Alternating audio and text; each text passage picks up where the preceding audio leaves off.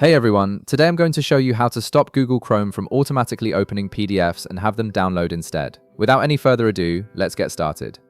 First, open your Google Chrome browser on your computer.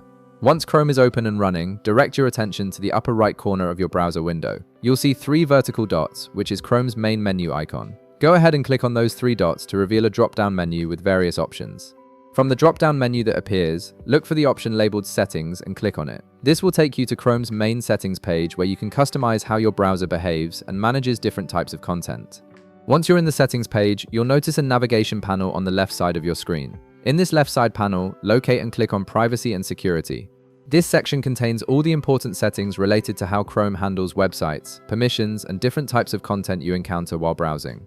Within the Privacy and Security section, you'll see several options listed. Look for Site Settings and click on it.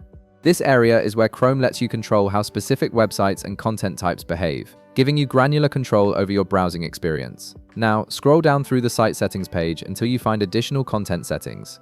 Click on this option to expand more specific content controls. This section contains settings for various file types and how Chrome handles them by default. In the Additional Content Settings menu, look for PDF documents and click on it.